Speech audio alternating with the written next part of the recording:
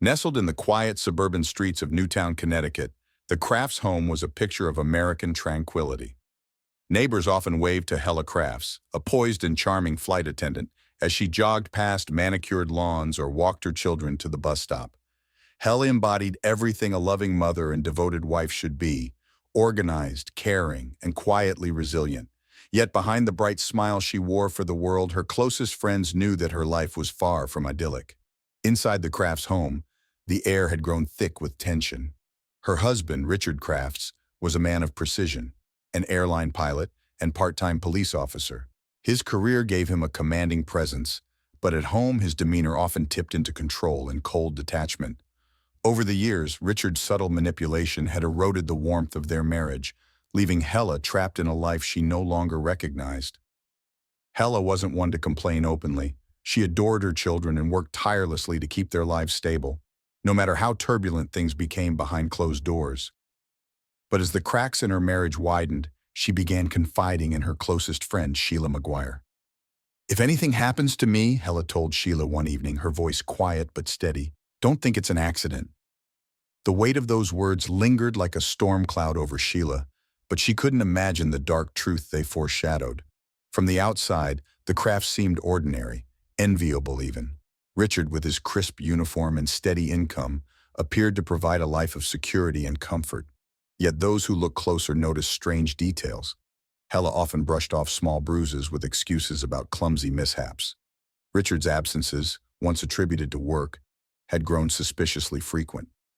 And then there were the hushed phone calls, the unexplained tension that filled the room whenever they were together.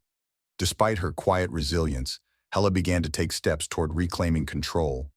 Through whispered conversations with Sheila, she revealed suspicions of infidelity and admitted she was considering divorce. But Hela was pragmatic. She needed proof. Richard, she believed, wouldn't let her go without a fight. Unbeknownst to Richard, Hela had hired a private investigator. What the investigator uncovered would confirm her worst fears. Richard wasn't just unfaithful. He had been meticulously planning to consolidate their finances, effectively cutting Hela out of any marital assets. As the pieces fell into place, Hela's resolve strengthened, but so did her fear. "Sheila," Hela confided during their last conversation, "he's not the man I thought he was. I'm worried about what he'll do when he realizes I'm serious." Sheila wanted to reassure her, to tell her she was overthinking, but there was something in Hela's eyes, a glimmer of quiet determination mixed with dread, that left her speechless. It was late November, and snow had already begun dusting the Crafts' yard. Richard was unusually quiet that week, retreating to his study or spending hours in the garage. Hela stayed busy with work, planning her next steps carefully, methodically. To her, this was the calm before the storm. For those watching from the outside, it was just another peaceful day in Newtown. The Crafts' marriage had always been a balancing act, a delicate facade of stability masking growing tensions. To outsiders, Richard Crafts was a picture of success, a pilot whose uniform seemed to carry the weight of authority. But within the walls of their home, Hela often bore the brunt of his controlling nature. Small arguments turned sharp, his tone cutting like the cold Connecticut winters. Over time, she learned to retreat rather than confront him. Hela wasn't blind to Richard's flaws. She had noticed his growing absences, the vague explanations about late nights or unexpected trips. At first, she chalked it up to his job, a career that demanded long hours and travel. But as months turned into years, Richard's detachment felt less like duty and more like disinterest. His aloofness became a shadow that hung over their family, darkening even the happiest moments. The cracks in their marriage became harder to ignore when Hela discovered something unexpected, an unmarked envelope tucked in Richard's briefcase. Inside were receipts for lavish dinners at restaurants she had never been to, dinners for two. The dates on the receipts aligned suspiciously with the nights he claimed to be working late. Her hands trembled as she folded the papers back into the envelope, but her resolve hardened. She needed more than suspicions. She needed proof. Hela's decision to hire a private investigator was both strategic and brave. She knew it was a risk. If Richard found out, his temper could escalate, but she also knew she couldn't live in the shadows of his lies any longer. The investigator, a sharp-eyed professional named Mark, worked discreetly, following Richard on his supposed work trips. Within weeks, the truth unraveled. Photos arrived in a sealed manila envelope. Hela's hands shook as she opened it. The images were damning. Richard holding hands with a woman at a hotel, laughing over dinner, walking arm in arm along a city street. It wasn't just betrayal, it was calculated. Hela stared at the photographs, her mind spinning with questions. How long had this been going on? And more importantly, what was Richard planning? The financial records Mark provided painted an even darker picture. Richard had been quietly transferring assets, consolidating accounts, and forging Hela's signature on key documents. It wasn't just an affair, it was an erasure of her life and her contributions. Hela realized Richard wasn't just drifting away, he was laying the groundwork to leave her with nothing. She shared the evidence with Sheila during a late-night visit. The two women sat in Hela's kitchen, their whispered conversation punctuated by the hum of the refrigerator. "He's not the man I thought he was," Hela admitted, tears welling in her eyes. "He's dangerous, Sheila. I don't know what he'll do when he finds out I know." Sheila reached across the table, gripping Hela's hand tightly. "You can't let him win," she said firmly. "We'll figure this out. You're stronger than you think." But strength didn't eliminate fear. Hela began to notice subtle changes in Richard's behavior. He seemed more cautious, watching her movements more closely. Conversations were clipped, his eyes narrowing whenever she lingered near his papers. One evening, Hela found him in the garage, muttering to himself as he cleaned a large tarp. He didn't notice her watching from the doorway, her pulse quickening as she stepped back into the shadows. In the weeks that followed, Hela started taking precautions. She opened a small safety deposit box at the bank where she stored copies of the documents and photographs. If anything happened to her, Sheila would know where to look. The weight of what she knew pressed heavily on her, but she couldn't let it paralyze her. Her children needed her, and she needed a plan. Richard's behavior grew increasingly erratic as the holidays approached. One moment he was withdrawn, barely acknowledging her presence. The next, his temper flared over minor inconveniences. The tension in the house was suffocating, a silent war playing out in every glance, every clipped word. Hela felt like a prisoner in her own home, constantly watching, waiting for Richard to make his next move. November 19, 1986, began like any other chilly autumn day in Newtown, Connecticut. The Crafts house seemed as unremarkable as ever, the red and white facade standing still under a thickening blanket of clouds. Hela had just returned from her latest flight, her movements deliberate and restrained. For days now, a sense of unease had clung to her like the November frost. Tonight, she told herself she needed to act calm, normal even. Her children deserved at least one more peaceful evening. Richard was in the kitchen when Hela walked in. He barely acknowledged her, his back turned as he leaned over the counter, meticulously slicing an apple. The rhythmic sound of the knife hitting the cutting board seemed almost too loud, cutting through the silence of the house. Hela hesitated before setting down her bag and slipping into a routine that felt increasingly foreign. Dinner, she thought. Let's just get through dinner. The children gathered around the table, chattering about school projects and holiday plans. Hela listened, her smiles forced but warm enough to mask the turmoil inside her. Across the table, Richard remained detached, his eyes occasionally darting toward Hela with a cold intensity. She avoided his gaze, focusing instead on her youngest's recounting of a spelling bee. After dinner, Hela excused herself to the bedroom, closing the door softly behind her. Her hands trembled as she rifled through a drawer, retrieving a small envelope she had hidden beneath layers of sweaters. Inside were the documents she'd spent months collecting, evidence of Richard's deceit, his betrayal, and the financial schemes he'd orchestrated against her. She hesitated for a moment, then placed the envelope in her work bag, ensuring it was out of sight, but within reach. If she left the house tomorrow, she would take it straight to Sheila. As Hela prepared for bed, the house seemed to grow unnaturally quiet. Downstairs, Richard was pacing. She couldn't see him, but she could hear his heavy footsteps moving back and forth. They stopped suddenly, followed by the creak of the garage door. Hela's breath caught in her throat. What is he doing now? She considered going to look, but thought better of it. Let him stew, she told herself. Let him play his games. She locked the bedroom door and turned off the light. But sleep did not come easily. Hela lay in bed, listening to the faint hum of the garage below.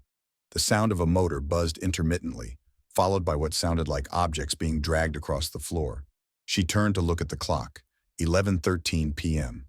This wasn't the first time Richard had kept odd hours, but tonight felt different, more deliberate, more ominous. Just as she was about to drift off, she heard the unmistakable sound of the front door opening, followed by a gust of cold air rushing into the house. She sat up, her heart pounding. Richard's heavy boots echoed on the driveway, and then came the sound of something being wheeled across the gravel. She stood, hesitating for a moment before crossing the room to peer out the window. The U-Haul truck Richard had rented earlier that week was parked in the driveway, its rear doors open. The faint glow of a single light illuminated Richard's silhouette as he worked methodically, moving objects she couldn't quite make out. A large tarp was slung over his shoulder.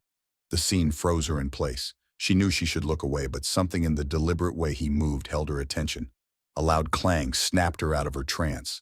Hela stepped back from the window, her pulse racing. She closed the curtains and locked the door again, as though that thin barrier of wood could protect her from whatever was unfolding downstairs. She reached for the phone but hesitated. What would she even say? That her husband was acting strange? That she had a bad feeling? No one would believe her. Not without proof. By the time the noise subsided, the clock read 2:47 a.m. The house was silent once more. Hela lay awake, her body rigid with tension. She thought of her children sleeping soundly in their rooms, blissfully unaware of the storm brewing beneath their roof. Tomorrow, she promised herself. Tomorrow I'll leave. The morning of November 20th, 1986, dawned cold and gray, with the first rays of sunlight barely cutting through the dense clouds. Sheila McGuire had called Hela 3 times already by mid-morning. Each time, the phone rang unanswered. By the 4th attempt, she felt a knot tighten in her stomach. Hela was never one to leave calls unattended, especially after the tense conversation they'd shared just days before. Something was wrong. She could feel it. At the Crafts' home, the silence was deafening. Richard moved through the house methodically, his demeanor eerily calm as he prepared breakfast for the children. The mundane clatter of dishes and the hum of the television in the background masked the tension that hung in the air. To the kids, it seemed like any other morning, but there were subtle signs that something wasn't right. Their mother's cheerful voice was absent, and Richard brushed off their questions with vague answers. She left early. Work called her in. By midday, Sheila decided to drive to the Crafts' home. The snow from the previous night had settled into a crusty layer on the streets, and her tires crunched loudly as she pulled into the driveway. She rang the doorbell and waited, her breath forming small clouds in the crisp air. When Richard finally answered, his expression was detached, almost distracted. "Sheila," he said, his voice flat, "what brings you by?" "I've been trying to reach Hela all morning," Sheila replied, her eyes scanning his face for any hint of an explanation. "Is she here?" "No," Richard said without hesitation. "She got called away last night, an urgent trip. She left before dawn." Sheila's brows knitted together. "That doesn't sound like her. She would have said something." Richard shrugged, leaning casually against the doorframe. "She's unpredictable sometimes. You know how it is." But Sheila didn't know how it was. She didn't believe a word of it. There was something unsettling about his composure, too smooth, too rehearsed. As she drove away, she couldn't shake the feeling that she just walked away from a lie. Over the next few days, Hela's absence became increasingly conspicuous. Friends and co-workers began calling Sheila, asking if she'd heard from Hela. Each time, Sheila had to admit that she hadn't. Richard's explanations grew more inconsistent. At one point, he claimed she'd flown to Denmark to visit family. Another time, he said she needed time alone. The story shifted with every passing day, leaving a trail of doubt in its wake. Meanwhile, Sheila contacted Hela's workplace. The airline confirmed what she'd feared. Hela hadn't been scheduled for any flights. She also hadn't shown up for her next shift, which was entirely out of character. That was the tipping point. Sheila went to the police. The initial investigation started slowly. The Crafts' home showed no obvious signs of struggle. Neighbors reported nothing unusual apart from the snowplow driver's comment about Richard's late-night activities by the river. When questioned, Richard remained composed, repeating the same story about Hela's sudden departure. But his calm exterior only deepened the investigators' suspicion. By the end of the week, Sheila remembered something Hela had said during one of their last conversations. "If anything happens to me, check the attic." The words now felt like a lifeline. She shared them with the police, urging them to dig deeper. As the investigation progressed, Richard's web of lies began to show its cracks. Detectives uncovered discrepancies in his timeline, but it was the eerie stillness of the Crafts' home that spoke volumes. Hela's car remained in the driveway, her purse untouched, her belongings undisturbed. It was as though she'd vanished into thin air. But people don't just disappear. And Sheila knew, deep down, that the truth would eventually surface. The investigation into Helle Crafts' disappearance seemed to hit a wall. Days turned into a week, and while Sheila McGuire pushed tirelessly for answers, Richard's story remained frustratingly consistent. Hela had left. The lack of any solid evidence was maddening for investigators. But that all changed when a seemingly unrelated comment from a local snowplow driver breathed life into the case. It was an ordinary day of snow clearing when Joseph Hine, a veteran plow driver, found himself in the police station. While chatting with an officer about the recent snowstorm, Hine casually mentioned something odd he'd witnessed on the night of November 19th. His words were unassuming, almost casual. "You know, I saw a guy out with a woodchipper by the river that night. Strange thing to be doing during a storm, don't you think?" The officer paused. "By the river, you sure?" Hine nodded, describing a man working near the Housatonic River, hauling something heavy under the cover of a massive tarp. It was late, the storm was in full swing, and visibility had been poor, but the man's actions had struck Hine as peculiar enough to linger in his memory. He hadn't thought much of it until now. That detail alone was enough to ignite a spark in the investigation. Detectives immediately traced Richard Crafts' rental records and found something chilling. He had rented a large woodchipper just days before Hela's disappearance. The pieces of the puzzle were beginning to form a disturbing picture. Armed with Hine's account and the rental records, investigators obtained a warrant to search the area near the river. The search was arduous. The snow and ice made progress slow, and the scene itself was vast. But persistence paid off. Near the riverbank, amidst a scattering of wood chips and debris, detectives uncovered their first grim discovery: strands of blonde hair. They found fragments of bone, pieces so small they almost looked like gravel, and a single fingernail, jagged at the edges. Forensic experts were called in to examine the scene. The chilling reality began to set in as the findings grew more gruesome. The woodchipper, it seemed, had been used to shred human remains. It wasn't just horrifying, it was calculated, deliberate, and cold. At the police station, Sheila was informed of the discovery. She sat silently, her hands clasped tightly in her lap as the weight of the news sunk in. "Hela didn't just leave, did she?" she whispered, though she already knew the answer. The detectives didn't need to say anything. Their somber faces told her everything she feared. Back at the Crafts' home, Richard continued to maintain his innocence. When questioned about the woodchipper, he claimed he had rented it for landscaping purposes, though no evidence of such work could be found around his property. His calm demeanor only deepened the investigators' resolve to uncover the truth. In the days that followed, more pieces of evidence surfaced. Investigators located the U-Haul truck Richard had rented, still bearing traces of a red stain in the truck bed. Preliminary testing confirmed the presence of blood. Though degraded by time and exposure, it was yet another link in the chain of evidence connecting Richard to Hela's disappearance. The snowplow driver's seemingly insignificant observation had blown the case wide open. What began as a missing persons investigation was now shaping into something far darker. For the first time, detectives felt they had enough to move forward, not just with questions, but with answers. And yet, even as the pieces fell into place, one question remained. What kind of man could do something so unimaginable? As they prepared to confront Richard once again, they braced themselves for what was sure to be a chilling encounter with a man who had proven himself to be anything but ordinary. The air at the Housatonic River site was heavy with an unspoken horror. Forensics teams meticulously bagged fragments of bone, hair, and tissue as investigators pieced together the grim story of Helle Crafts' disappearance. Yet one crucial piece of evidence still eluded them, a tool that could directly connect Richard Crafts to this unimaginable crime.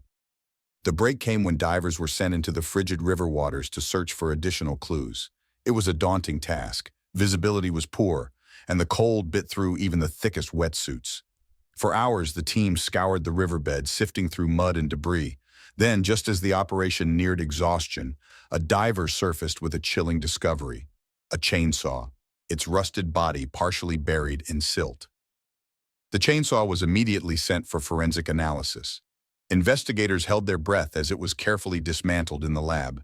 Inside the chain mechanism, they found what they had feared and what they had hoped for: Hair strands and tiny fragments of tissue were lodged in the links.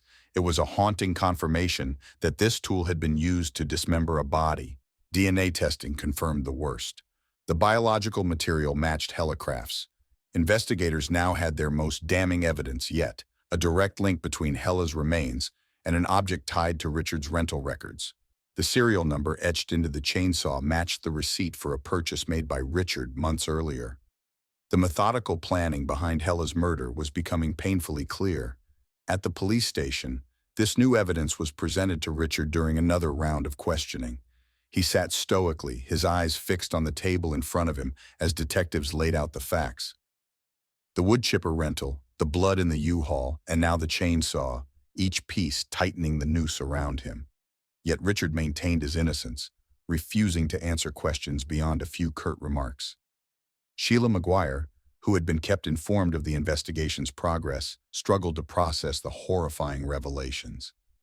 "How could he do this?" she asked the detectives, her voice trembling with equal parts grief and rage. She trusted him. She wanted to protect her children. And he did this? Despite Richard's silence, the evidence painted a picture that was impossible to ignore. Detectives began to reconstruct the night of November 19th with chilling clarity. Hela had likely been killed in her home, possibly after an argument, and Richard had worked through the night to dismember her body before transporting it to the river. News of the chainsaw discovery quickly spread, fueling public outrage and media frenzy. Headlines screamed of the Woodchipper murder, a moniker that seemed too surreal to be true. Neighbors, once hesitant to share their suspicions, began recounting strange encounters with Richard. One neighbor mentioned seeing him cleaning a tarp in his garage shortly before Hela's disappearance. Another recalled hearing loud machinery during the storm. Forensic teams didn't stop at the chainsaw. The U-Haul truck underwent further analysis, and traces of blood matching Hela's DNA were found in the crevices of the truck bed. The sheer scope of Richard's effort to cover his tracks was staggering, yet it was his meticulousness that ultimately betrayed him. By the time prosecutors received the compiled evidence, they knew they had a case strong enough to take to court. Still, the grim reality of presenting such horrifying details weighed heavily on the team. Each piece of evidence told a story of betrayal, violence, and a chilling disregard for human life. As investigators prepared for the next steps, the question lingered. What would Richard say when faced with the undeniable truth? Would he finally confess, or would he cling to his silence?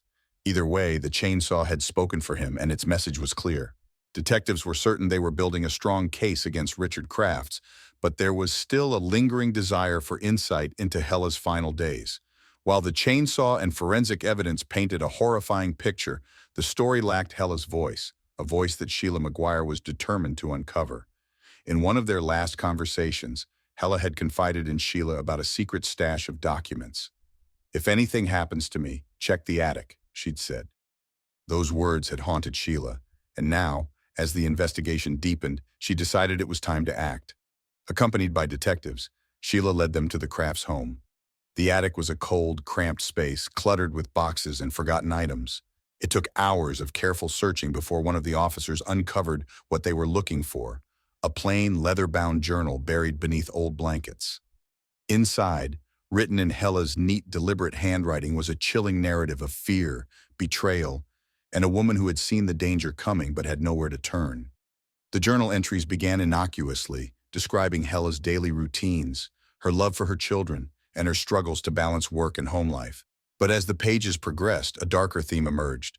She wrote about her growing suspicion of Richard's infidelity and the lengths she went to confirm her fears. One entry stood out in particular. "I found the receipts today, dinners for 2 at places I've never been. On nights he said he was working. I don't need more proof, but I'll get it anyway. He can't take everything from me, not without a fight." The entries painted a vivid picture of Hela's desperation to protect herself and her children. She wrote about hiding important documents and her plans to move forward with a divorce. The words, once filled with quiet determination, grew increasingly ominous as Richard's behavior became more erratic.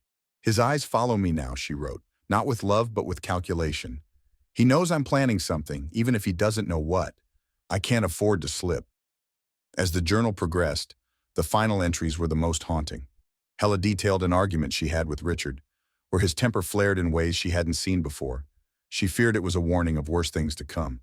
He said, "If you try to take the kids from me, you'll regret it." I've never seen him like that, cold, detached, like he was daring me. I have to stay quiet for now, but I can't live like this anymore. Detectives pored over the journal, its pages providing an invaluable glimpse into Hela's state of mind. The entries not only validated Sheila's suspicions, but also painted Richard as a man capable of cold, calculated violence. The journal became a centerpiece in the case, tying together the circumstantial evidence with Hela's first-hand account of fear and foreboding. Sheila, who had insisted on being present during the review, broke down as she read the final entry. She knew, she whispered through tears. She knew he would hurt her. She was trying so hard to stop it. For the investigators, the journal was a turning point. It provided a narrative to the cold evidence they had collected, a voice for Hela, even in her absence. They could now present a story not only of a crime, but of a woman's bravery in the face of unimaginable danger. As the team prepared to confront Richard with this new evidence, they knew it wouldn't force a confession. Richard's silence had been unyielding. But Hela's words, now preserved on those pages, carried a power that would resonate far beyond the courtroom. The truth, spoken by Hela herself, was finally coming to light. The tension in Newtown reached its peak as investigators prepared to make their move. The evidence against Richard Crafts had become insurmountable. From the fragments of bone and hair found near the river to the chainsaw, and most hauntingly, Hela's own journal, everything pointed to one conclusion: Richard had killed his wife. Yet through it all, he remained stoic, his demeanor cold and unwavering. It was a bitterly cold morning when officers arrived at the Crafts home with a warrant for Richard's arrest. The house was eerily quiet, save for the soft hum of a heater fighting against the winter chill. Richard answered the door, his expression impassive as he greeted the officers. He stood in the doorway, his large frame blocking the entrance, as if daring them to proceed. "Mr. Crafts," one of the detectives began, his voice steady but firm, "we have a warrant for your arrest in connection with the disappearance and murder of your wife, Helle Crafts." Richard didn't flinch. His eyes, usually so sharp and calculating, betrayed no emotion. He simply nodded, stepped back, and allowed the officers inside. His hands were cuffed with precision, and as he was led out of the house, his children stood silently in the living room, their young faces frozen in confusion and fear. The sight was almost too much for the officers to bear. Outside, the scene was starkly different. News of Richard's arrest had spread quickly, and reporters swarmed the driveway like a pack of wolves, cameras flashing and voices shouting over one another. Richard remained expressionless, his gaze fixed on the horizon as he was placed into the back of a police cruiser. Back at the station, Richard sat across from the detectives in the interrogation room. The atmosphere was thick with unspoken tension. On the table lay a folder containing the damning evidence against him: the chainsaw, the Woodchipper rental, the blood in the U-Haul, and, most compelling of all, Hela's journal. The detectives presented each piece methodically, their voices steady but charged with purpose. "Mr. Crafts," one detective said, sliding the journal across the table, "this is your wife's account of what was happening in your marriage.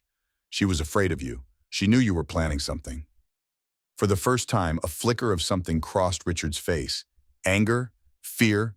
It was gone as quickly as it appeared, replaced by the same cold detachment he had maintained throughout the investigation. He leaned back in his chair, crossing his arms. "I have nothing to say," he muttered, his voice flat. The detectives pressed on, recounting the timeline of Hela's disappearance and presenting the forensic findings. Yet no matter how damning the evidence, Richard refused to break. His silence was as chilling as the crime itself, a stark reminder of the calculated mind they were dealing with. Meanwhile, Sheila McGuire sat in the station's waiting room, her hands clasped tightly together as she waited for news. When one of the detectives emerged, his face a mixture of triumph and exhaustion, she stood quickly. "Is it over?" she asked, her voice trembling. The detective nodded. "We have him. He's in custody." Sheila exhaled a shaky breath, a mixture of relief and sorrow washing over her. "She deserved so much better," she whispered, tears welling in her eyes. "I just wish we could have saved her." As the day drew to a close, Richard remained silent, his icy composure unshaken, even as he was formally charged with murder. For the detectives, the arrest marked a critical turning point, but they knew the battle was far from over. The trial ahead would be grueling, and the weight of proving Hela's story would rest on their shoulders. And yet, as they filed out of the station that evening, there was a shared sense of determination. They had given Hela a voice, even if she was no longer there to speak for herself. The truth was finally coming to light, and Richard Crafts would face justice. The courtroom was packed, every seat filled with reporters, curious locals, and legal observers drawn to the macabre details of the case. The trial of Richard Crafts was unlike anything the quiet town of Newtown, or Connecticut for that matter, had ever seen. The media had dubbed it the Woodchipper murder, a label that sent shivers down spines and made for sensational headlines. But inside the courtroom, the atmosphere was anything but sensational. It was grim, deliberate, and heavy with the weight of justice for Helle Crafts. The prosecution's opening statement wasted no time. "This case," the lead prosecutor began, his voice firm but measured, "is about a man who meticulously planned and executed the murder of his wife. He then went to extraordinary lengths to dispose of her remains, thinking he could erase her existence entirely." His words landed like blows, and the jury sat in rapt silence. Evidence after evidence was presented, each piece building a devastating case against Richard. Photos of the woodchipper and the fragments found near the river were displayed on a screen, drawing gasps from the gallery. The forensic expert testified about the painstaking process of matching the hair and tissue to Hela, explaining how DNA technology had confirmed the remains' identity with certainty. It was science at its most precise and its most chilling. But it wasn't just the physical evidence that painted the picture. Witness after witness took the stand, each adding another layer to the story. The snowplow driver described seeing Richard operating the woodchipper during a blizzard, his voice steady but tinged with unease. Sheila McGuire recounted Hela's chilling words, "If anything happens to me, don't think it's an accident." Her testimony brought many in the room to tears, a stark reminder of Hela's quiet bravery in the face of growing fear. The journal entries were introduced next. As the prosecutor read excerpts aloud, the courtroom seemed to hold its breath. Each word brought Hela's voice back to life, a haunting narrative of a woman who knew her days were numbered. The entries about Richard's escalating temper and her plans to protect her children were devastating. In the gallery, Sheila wept silently, her shoulders shaking as Hela's words echoed through the room. Richard, meanwhile, sat expressionless at the defense table, his eyes fixed forward, his hands resting on the desk. His stoicism unnerved many in the room, including the jury. The defense argued that the case was purely circumstantial, emphasizing the lack of a complete body as a significant gap in the prosecution's narrative. They questioned the reliability of the forensic evidence and suggested that Hela could have left of her own volition, fabricating a narrative to frame Richard. But the prosecution's rebuttal was sharp. "People do not vanish into thin air," the prosecutor said. "Every piece of evidence points to the same conclusion. Helle Crafts was murdered by her husband, and he sought to obliterate her existence to escape responsibility." Despite the strength of the case, tension built as the trial neared its conclusion. The jury deliberated for days, their faces drawn and pale each time they re-entered the courtroom to request additional evidence or clarifications. The emotional toll of the trial was palpable. The gravity of deciding a man's fate weighed heavily on them. Then came the unexpected twist. A juror broke down during deliberations, unable to continue due to the emotional strain of the case. The judge had no choice but to declare a mistrial. The room erupted in gasps and murmurs as Richard was escorted out, his expression unchanged, his lips pressed into a thin line. For the prosecution and Hela's loved ones, it was a devastating setback. Sheila sat in stunned silence, her mind racing. How could they come so close to justice only to have it slip away? But deep down, she knew this wasn't the end. They would rebuild the case stronger than ever and ensure that Richard would not walk free. The retrial of Richard Crafts began with a renewed sense of determination. For the prosecution, the mistrial had been a painful setback, but it had also provided an opportunity to strengthen their arguments, present new evidence, and ensure that Hela's story would finally receive the justice it deserved. The courtroom was quieter this time, but the air was no less tense. The public's fascination with the case hadn't waned, and the stakes felt even higher. The prosecution opened with a powerful statement, highlighting the evidence that had already been presented, but with a sharper focus on the science that connected it all. "This case," the lead prosecutor declared, "is about a man who thought he could outsmart the truth. But the truth, as you will see, always finds a way to reveal itself. One of the key pieces of new evidence came in the form of additional forensic analysis. Advances in DNA technology since the initial trial allowed for an even more precise match between the biological material found in the chainsaw and Hela's DNA. The prosecution brought in a renowned forensic expert who explained in painstaking detail how the analysis was conducted. The jury hung on every word, their expressions a mixture of fascination and unease. Then came the journal.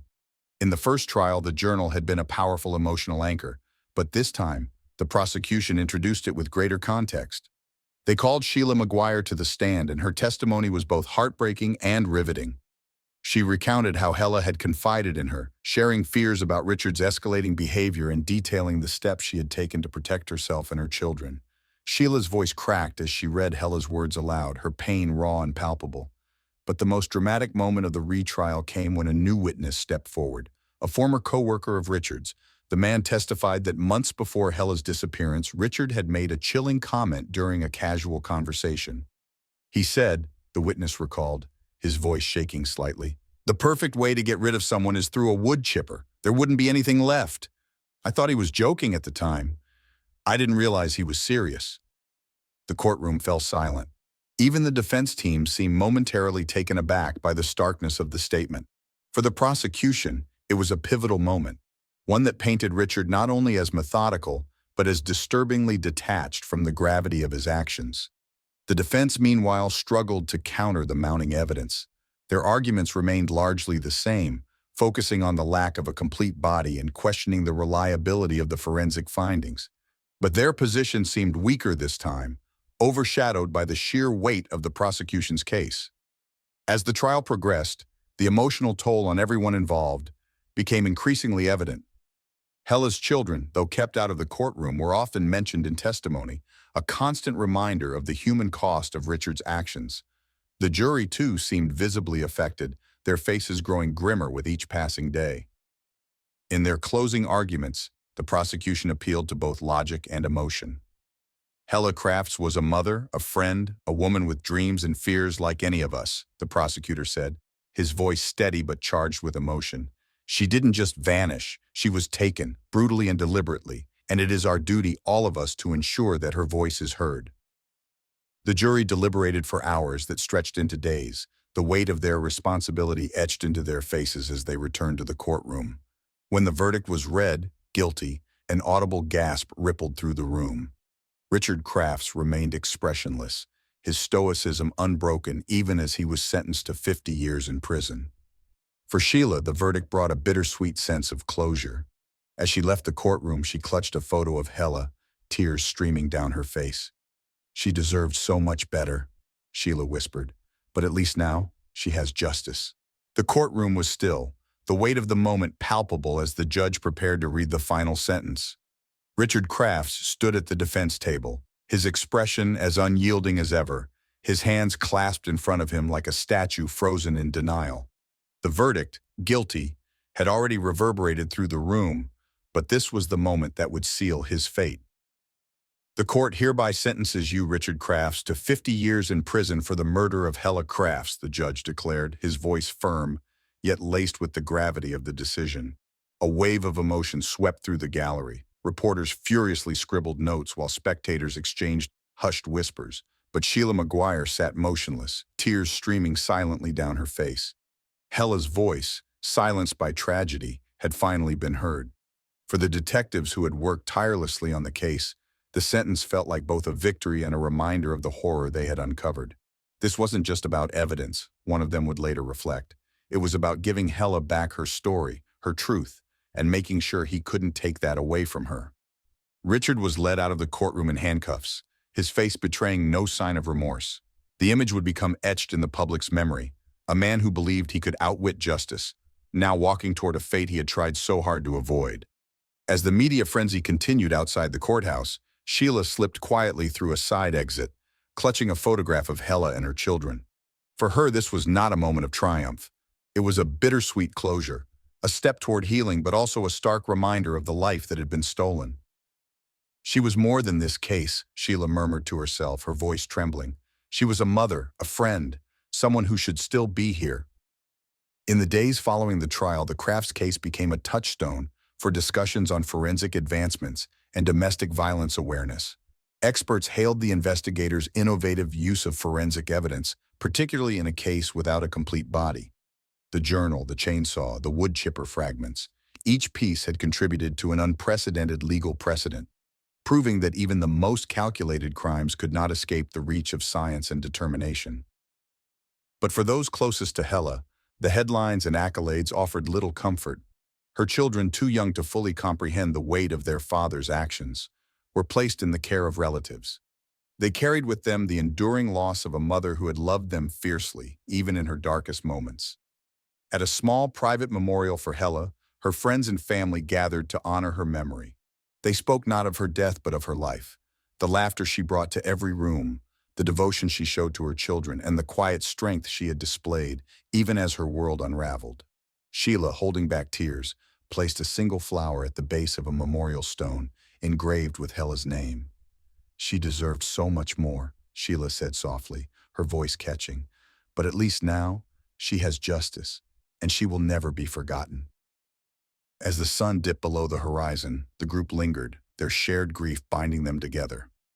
Hela's story had ended, but her legacy of resilience, love, and the pursuit of truth would endure. In the months that followed, the Crafts case continued to resonate across the nation.